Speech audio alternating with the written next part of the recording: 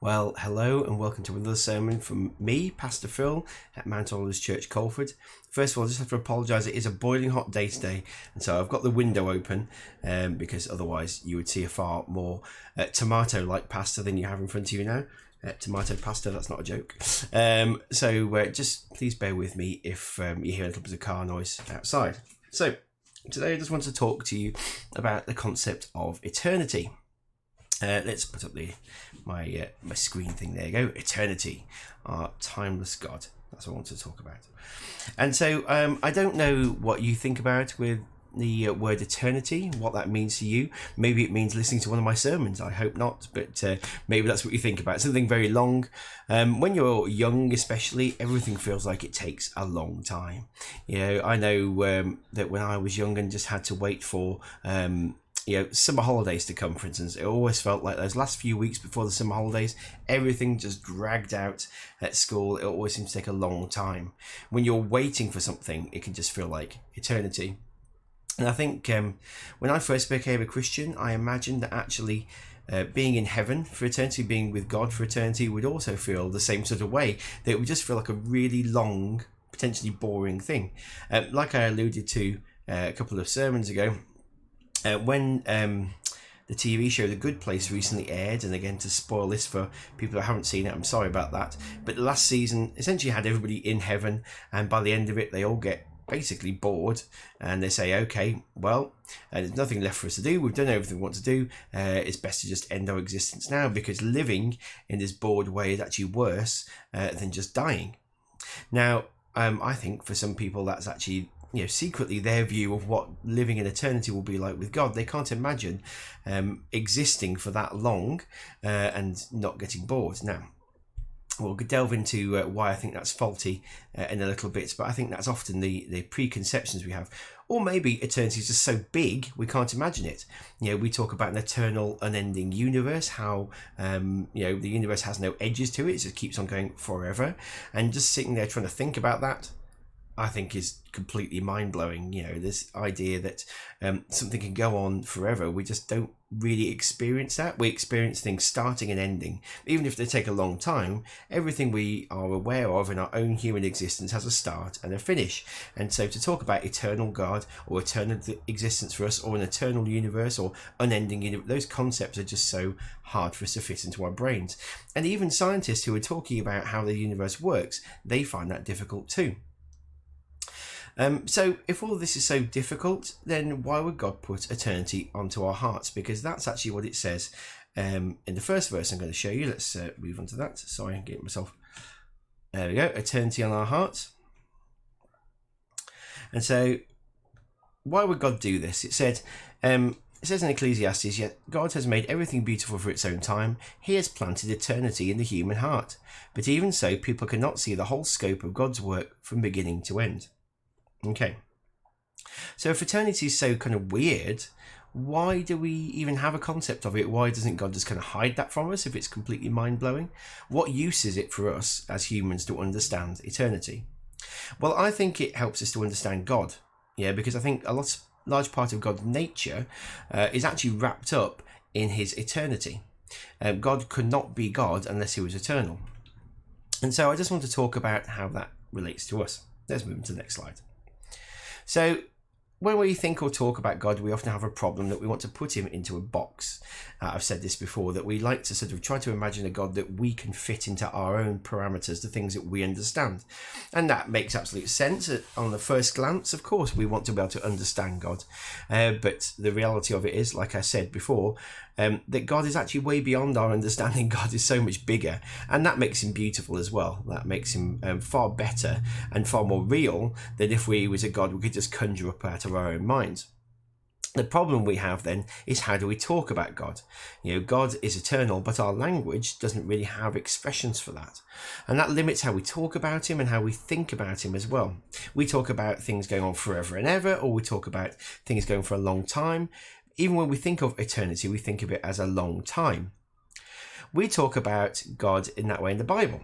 So it says Jesus Christ is the same yesterday, today, and forever. Okay, well, that makes sense, except we're still talking about concepts such as yesterday and today and forever. So we're talking about almost 3 different time periods. We experience things today, what happened before was yesterday, and what happens after that is tomorrow or forever, maybe in these terms. But I don't think that really applies to God. When he says who he is, he just says he is. His name that he uses for himself, Yahweh, I am, basically just says, I am. Now, that isn't just a simple I am God. That is, I am because I always have been. It's kind of basically putting himself as a bedrock and a central point for all of existence, all of time, all of knowledge, everything. I am. He is a central point for all of that.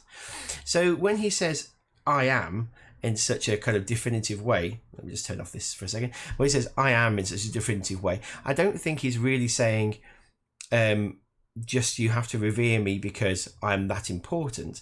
What he's saying is actually everything hinges around me. I mean, there's a Bible verse where it talks about Jesus basically holding all of creation together. And actually, I think that God is actually the center point of everything. Even saying center point doesn't really help because it has the idea that he's in one place and everything kind of pivots around him like a solar system around the sun. And that's not really what I'm trying to say. What I'm trying to say is that God is intrinsic to all of human life and all of existence. And he always has been. He always has been before existence, as we know it, even happened. If you're already starting to feel that your brain is turning to spaghetti, that's fine. My brain may well turn to spaghetti while I preach this sermon, but I am trying to wrap this around my head around this to make it as simple as possible for you. Let me put it this way. God is in a permanent, constant state of being that never changes. How about this? When we, if you spend any time away from home, we often go home thinking that everything is going to be the same as when we left. You know, you go away from somewhere for 10 years and you go back almost expecting your friends to look the same as they did and all the buildings to look the same way as they did and to all the businesses and everything else to be exactly the same. You know, you have this picture in your head of a constancy that doesn't really change until you go back and see that thing again. Now, obviously, in our experience, in time, things change. So over 10 years, that period of time, things do change. But imagine if they didn't. Imagine if that constant picture you had in your head was real, that actually you could always go back to that constant because it never changed. That's how God is. He is constant. He is unchanging.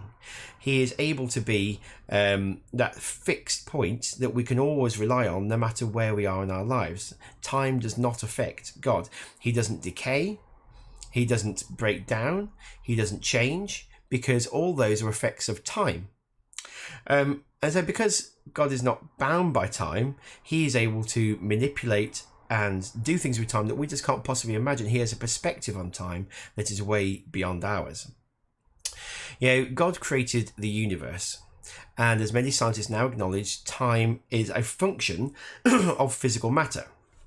That means that essentially what science now believes in general terms is that time is created by physical things, just like we have the earth, and as a property of the earth being so big, it creates gravity. It creates a gravitational pull, which is lucky because that means things go down and not up and we don't just fly off into space.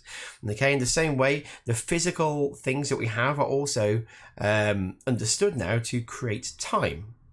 Okay, so by the physical act of creating a universe which has physical things in it, God creates time at the same time. I told you our language doesn't really hold up to this, so okay. But you know, when God creates a universe, time is also created.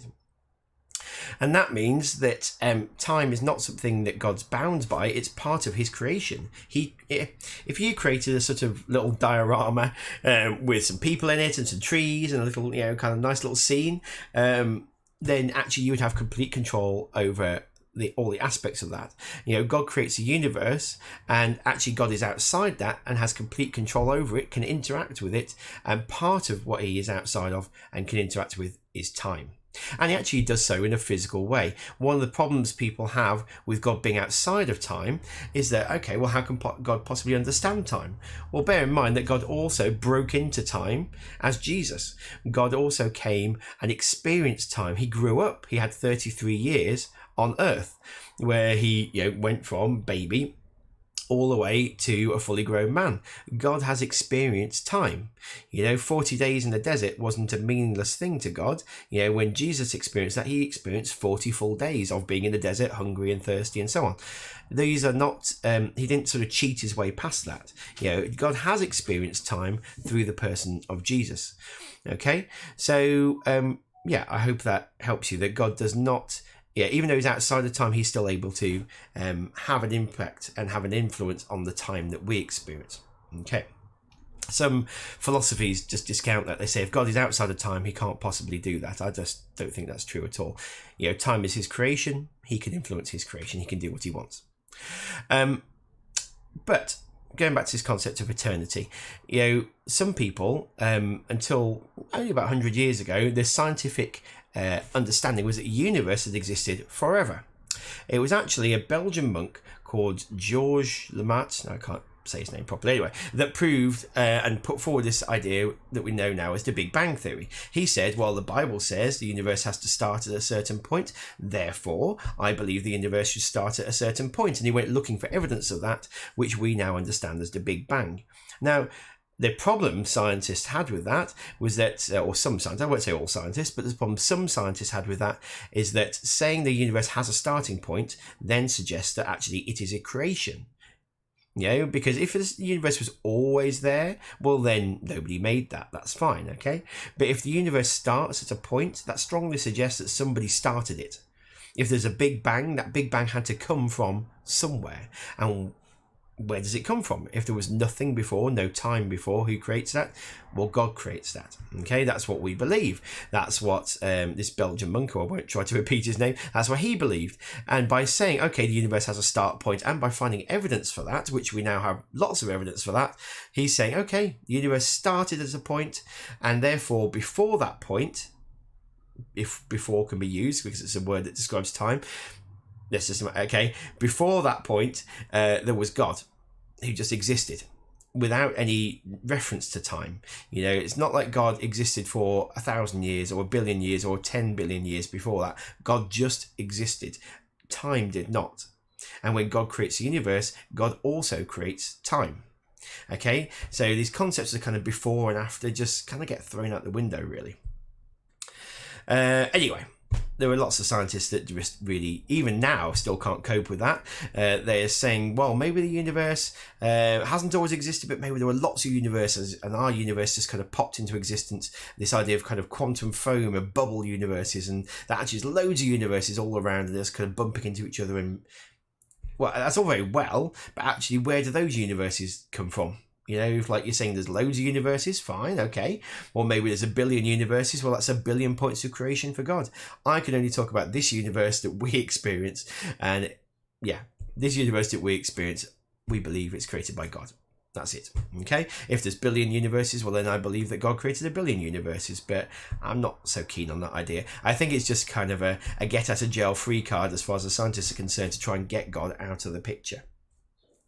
I have to be careful, by the way. The reason I always try to not just say science and scientists, I am saying it a lot, but I don't want to set up that God is opposite to science. I, again, have a whole sermon on that, a series of sermons on that, but I don't believe that we have God on one side and science on the other.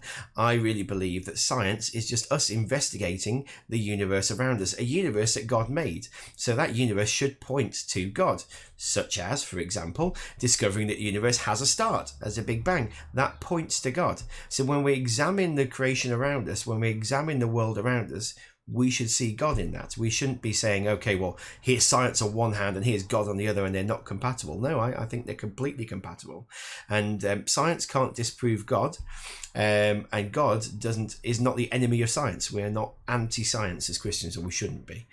Okay, so I just don't want it to be, hey, look, the scientists believe that and the believers believe this. It just doesn't work, okay? There are plenty of Christian scientists, and there are plenty of scientists who are agnostic. This is not a battle between the two. So just making sure that's nice and clear before we carry on. Now, I think, anyway, the reality is that God has always existed and that he made the universe, like I already said, and part of which is time. Let's go back to next slide. This is from Jude. So it says, all glory to him who alone is God, our Saviour, through Jesus Christ our Lord. All glory, majesty, power and authority are his before all time. See? And in the present and beyond all time. Amen. So this is Jude. Okay, so basically just saying that God is just beyond time, that time is not applicable to God.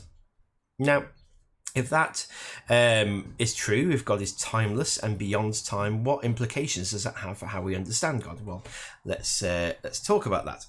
Okay, so God is omnipotent and omniscient. Oh, there you go. Sorry, it's not changing over very well. And I think part of that is because of time.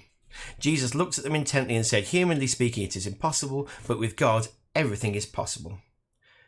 Just in case you don't know these terms well, I think most people understand these, but omnipotent means that God can do everything, and omniscient means that God can see everything or understand everything, that he knows everything, okay?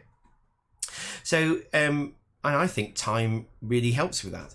Can you just imagine talking to somebody 150, even 100 years ago, and telling them today that we can have a face-to-face conversation on a phone that we can hold in our hands with people on the other side of the world? To be honest, even in my mother's generation, to make a phone call to Australia, you'd have to make a special connection with a switchboard and get it all set up beforehand. And nowadays, I can just go on Skype or I can go WhatsApp or whatever, and I can talk to my friend in Australia, assuming he's not in bed, of course. We still have to contend with that. But the point is that we're not bound in the same way by time like we used to be. The idea to get from one part of the globe to another was always, the distance, not just communicating, but physically traveling. The distance is the problem. Distance is only a problem when time is a problem. So let me try and set this up. Okay, I've got one finger here and I've got one finger here. Why can't I have something that's here and something that's there at the same time? Okay, well, first of all, hopefully you heard my language, at the same time. Time is the problem. Because if you remove time, then actually the distance doesn't matter at all. You can be everywhere, okay? Being omnipresent, actually, that's not, I said omnipotent and omniscient, it's omnipresent now I'm talking about. You can be everywhere at the same time if time is not a factor, okay? So we are aware that to go from one place to another takes time. And the distance takes a time, and if you go faster, it takes less time. If you go slower, it takes more time. But time is your limiting factor. If you don't have to worry about time, then you could be everywhere at the same time. Our language really doesn't help me explain this. So if you don't have to worry about time, you can be everywhere. Okay? If you don't have to worry about time, you can do all the things you need to do. I'm currently trying to work out how I'm going to sort out my health insurance, which at the moment I'm trying to figure out. I'm trying to work out how to sort out things with the HMRC, who are also asking us some questions that we need to sort out. I'm trying to sort out how we move house and also how we look after our children based on some parenting courses we've just done. Grace and I have been talking about things we want to sort out in our marriage. Not terrible things, but things that we just need to make sure we're aware of and looking after each other. And how do I do all that at the same time? My brain is trying to explode, and that's without obviously trying to run church and everything else. Okay, now my biggest problem with that is time. I sometimes wish there were 20 days in a week so I could just get on with everything. But unfortunately, I just have the time that's allotted to me. God does not have that problem. God has all the time he wants because he's made all of time, and he is timeless. He is able to just do everything because time is not a factor for him. Okay, so he does not have to worry about how to get everything done because he is not limited by time. The same way, knowing everything. I don't know if you've seen the film Groundhog Day. Now, please understand, I do not base my theology on Hollywood films, but actually I thought this is quite a nice example. So in Groundhog Day, if you haven't seen it, you should watch it. I absolutely love that film, okay? Ironically, it's a film about a man repeating the same day over and over again, and yet I still went to see it 3 times in the cinema when it came out. That's how much I love that film, okay? So, in that film, there's a bit where the main character just says he basically knows everything that's going to happen and everything about all the people. And when this other character questions him about it, he says, well, maybe that's how God does it. Maybe he's just been around so long, he just knows everything about everybody. And of course, if you don't have time to worry about, then actually you can do that. You can know everything there is to know about everything. Because again, the thing that limits us from doing that for a large part is time. that we just simply don't have the time to learn every bit of knowledge or whatever. But when God is not bound by that, God can just be omniscient. So I think the timeless nature of God really helps us understand that actually all these things that we feel are quite hard, maybe hard aspects to understand about God, when you take time out of the equation, actually it's quite simple, that God doesn't have to worry about how long it takes to know things or how long it takes to do things or how long it takes to get to somewhere, because the length that we're talking about is time, and time does not apply to him. Okay. I hope you're bearing with me on this. Okay, this is not meant to be like a Bible course lecture in eternity, but I'm hoping we get some understanding from this. Right, let's go on to the next bit. So because of that, Ephesians says that God is above all things. Now, just so you understand, let's read the passage first. So, before the mountains were born, before you gave birth to the earth and the world, from beginning to end, you are God. You turn people back to dust, saying, return to dust, you mortals. For you, 1,000 years are as a passing day, as brief as a few night hours. Oh, yes, okay, sorry.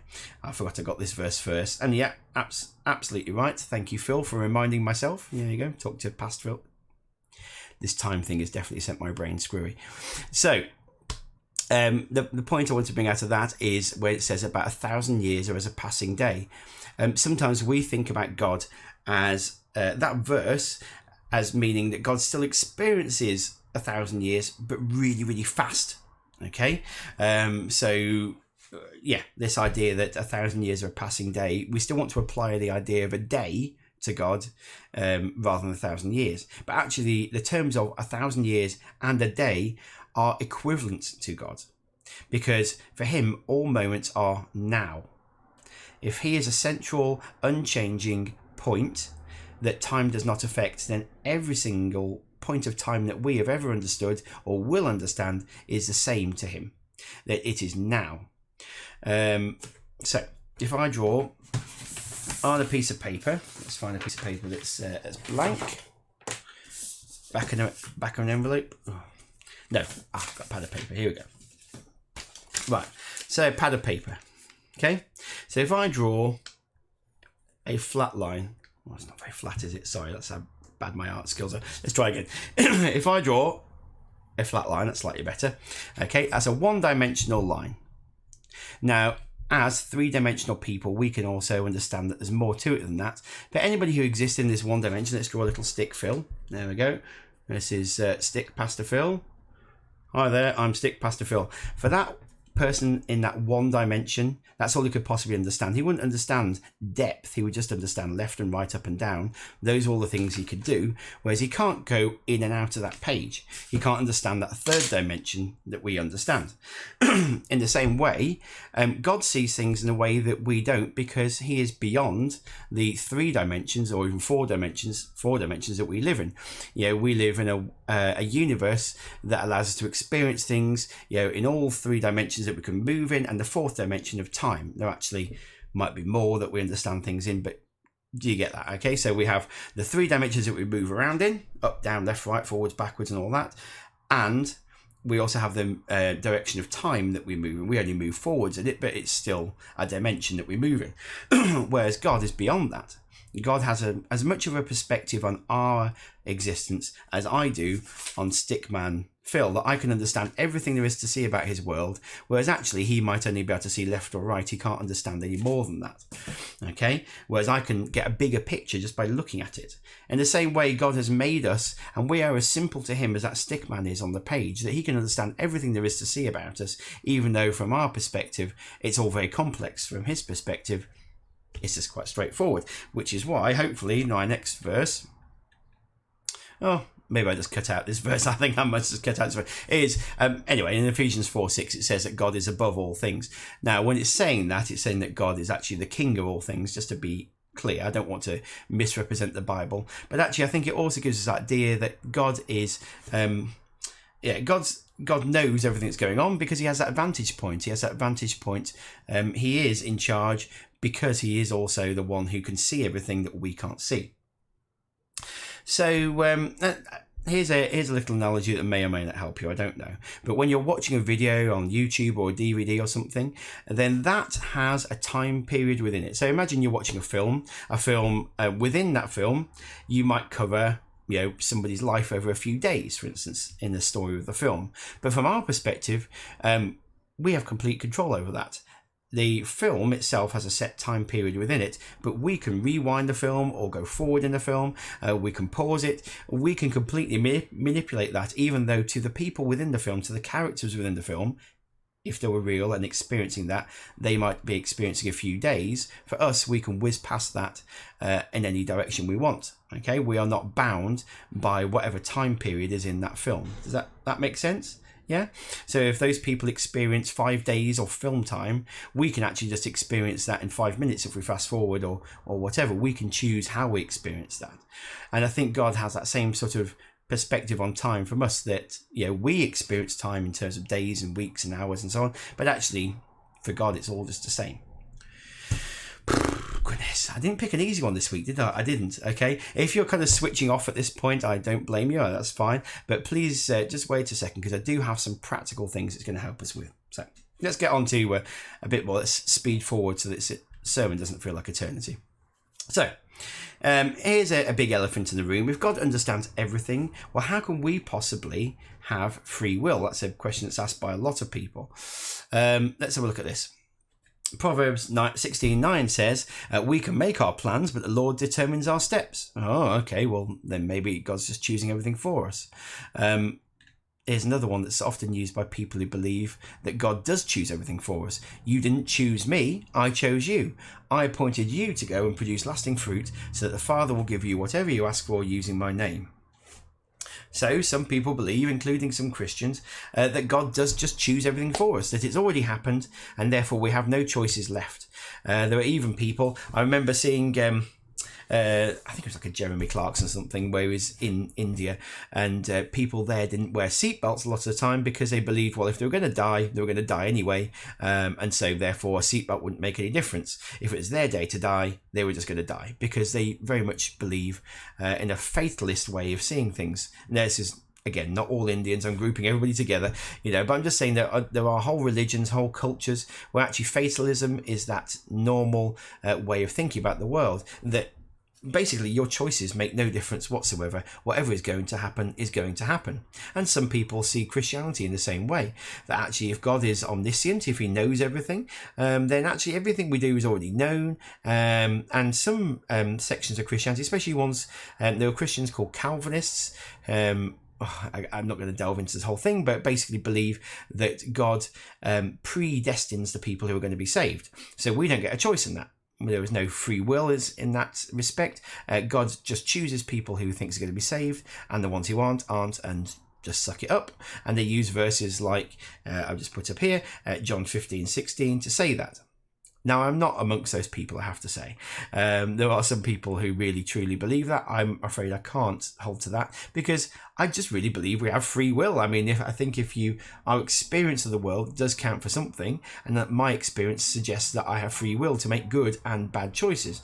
Here's a verse that I might use to back it up. So we'll look, Joshua 24.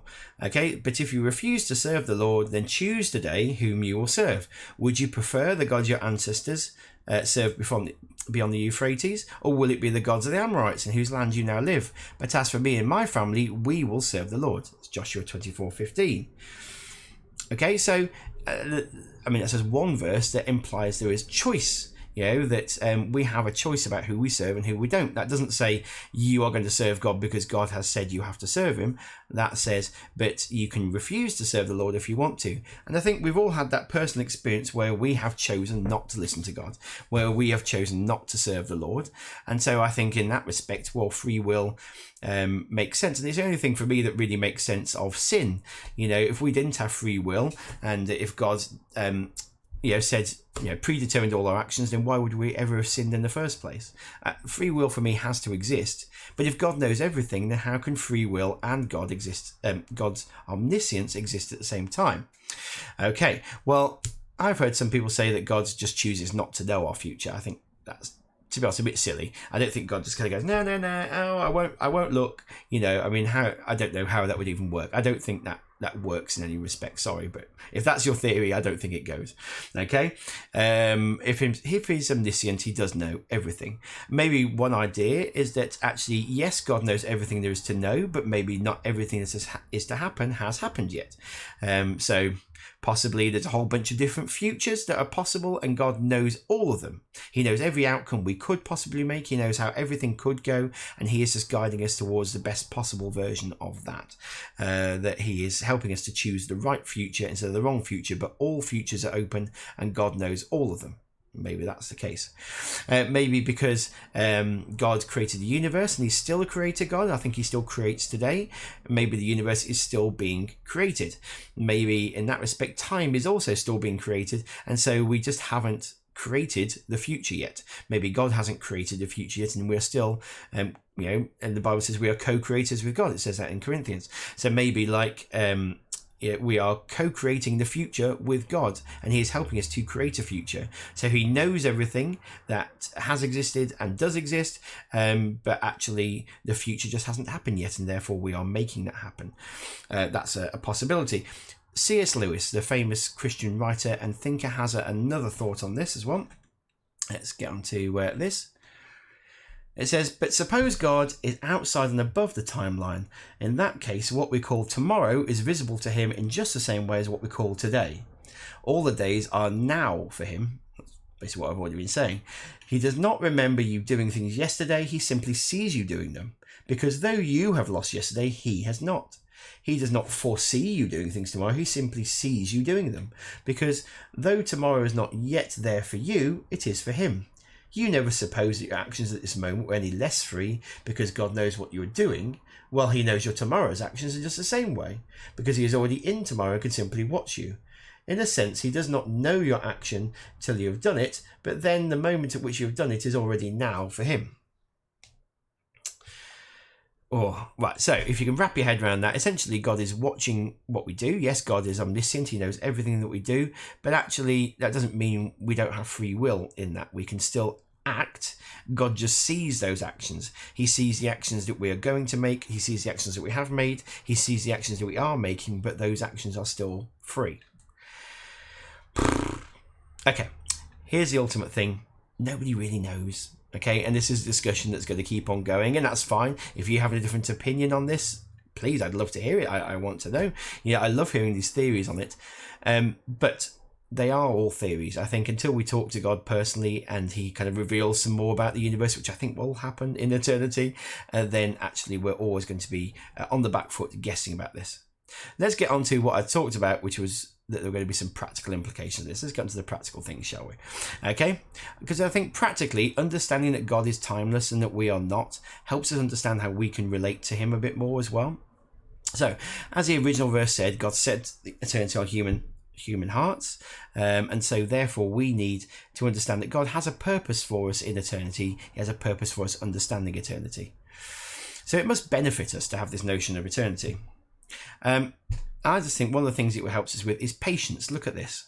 The Lord isn't really being slow about his promise, as some people think. No, he is being patient for your sake. He does not want anyone to be destroyed, but wants everyone to repent. We often think about God being a bit slow in response to our prayers because we want everything to happen now. Okay? But if everything is now for God, then anytime he does something, he's doing it instantly. Yeah. That's essentially it. We experience time as days, weeks, hours, and so on. God does not experience time in that way. So whenever God is doing something, he's doing it at just the right moment. Now, for us, patience is about waiting through time for the thing we want to happen. But God doesn't have to do that. God can be perfectly patient because actually he never has to wait. Everything is always happening all the time for him. I really wish the English language had better words for this, but anyway, okay, so God is he's experiencing everything, I believe, all at the same time, and so that means that there's no kind of sense of waiting for something. This applies to our waiting for our prayers to be answered, but also waiting for Jesus to come back. People often say, well, when is Jesus going to come back? Well, in God's timing, Jesus is potentially dying on the cross, and he is here right now as a resurrected king, and everything in between, all at the same time. That makes sense? So that at the same time, all these things are happening in God's perspective, even though in our perspective it's a long time ago or in the future or whatever. For God, it's all the same. Just a bit like if you hold a history book, you have the potential in there to look at all of it. Okay, and it doesn't really matter whether it happened 1,000 years ago or now. Actually, it's all there on the pages, really. And so you are not bound by the time that's recorded in that book.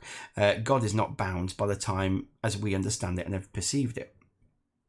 That means that when we're being impatient, we can wait patiently on God because God's timing is perfect. God can pick and choose exactly when he wants to do things and how he wants to do them. I've talked about Jesus coming to earth at exactly the right time, when the Roman Empire was at a place where actually travel was safe and messages could spread quickly, and he was able to talk to people from all sorts of different cultures. That was exactly the right time for Jesus to come. When he comes back, that will be exactly the right time. When God answers our prayers, that is exactly the right time. God does not have to wait for anything. He just does things at the right time. Let's go back to my pad of paper here. Okay, so imagine for this little stick man, he cannot perceive how you would get from here to here. Okay, that's his past, that's his future. Well, actually, as the creator of this stick man, I can basically make anything happen. I can put in another little stick man in the past if I want to, or I can put another stick man in the future. Yeah, it's all the same to me. It's all just like, it's very easy. I can insert anything at any part of that I want to. Now imagine that time looks like that to God. He can just put anything anywhere he feels like, because it's his creation anyway. So he just isn't bound by things like we are. Whereas the little stick man might have to say, I have to be patient and wait for this thing to happen. For us, it's just, we plonk it wherever. For God, for us, we might say, well, God, why do I have to wait, 2 years, 10 years, 3 weeks, whatever, for my prayer to be answered? Well, for God, he's just putting things in exactly where they're supposed to be. He's not waiting for things to happen. He's just doing things at the right time, all the time. Okay, so we're nearly there. I am trying to make this practical as well. So let's go back to screen 2. So it says, for God in all his fullness was pleased to live in Christ, and through whom God reconciled everything to himself and made peace with everything in heaven and on earth by means of Christ's blood on the cross, also Jesus' blood. So I think that this timelessness is also why we can have hope in the cross, because it is for all time. If some people say, well, how can the cross account for sins of the past and sins of the future? Well, if God is outside of time and the things he does are outside of time, then actually he can have an impact on the whole of time in one go. He doesn't have to worry about whether it's the past or the future, does he? So it's only our concept of time, that's not his concept. So when Christ dies on the cross, that is for all time. I think that's one of these things I talked about, a fixed point that actually affects everything. A bit like if you drop a rock in a pond, you might get ripples that go across the whole pond. Yeah, okay, the ripples still take time to do it, but you understand that one thing can have implications across all of it. I think that cross is a bit like a kind of stone dropped in time that has effects across the whole thing. It doesn't have to, it doesn't matter that it's in the past from our perspective or in the future from, say, Moses' perspective. It just affects the whole thing. So, and of course, then by this eternal act, then he can give us eternity. This eternal act of dying on the cross also gives us the keys to eternity, like I've talked about before. Remember I said before about Jesus being the pure sacrifice, the eternal sacrifice. Only that was good enough to give us the purity and the eternity that we needed. And so this is it. This eternal thing that happens gives us access to eternity as well, and not eternity as an expanse of time that we have to wait through, because eternity is not time that we have to sort of has a beginning and an end. Eternity is just being beyond time. Eternity is actually that sense that time doesn't matter to us anymore. You can only get bored and be impatient if you have to think about time, if you have to wait for something to happen. Whereas actually, if you're outside of time, I don't think the concepts of boredom and impatience even apply. I don't think they apply to God, and I don't think they'll apply to us either.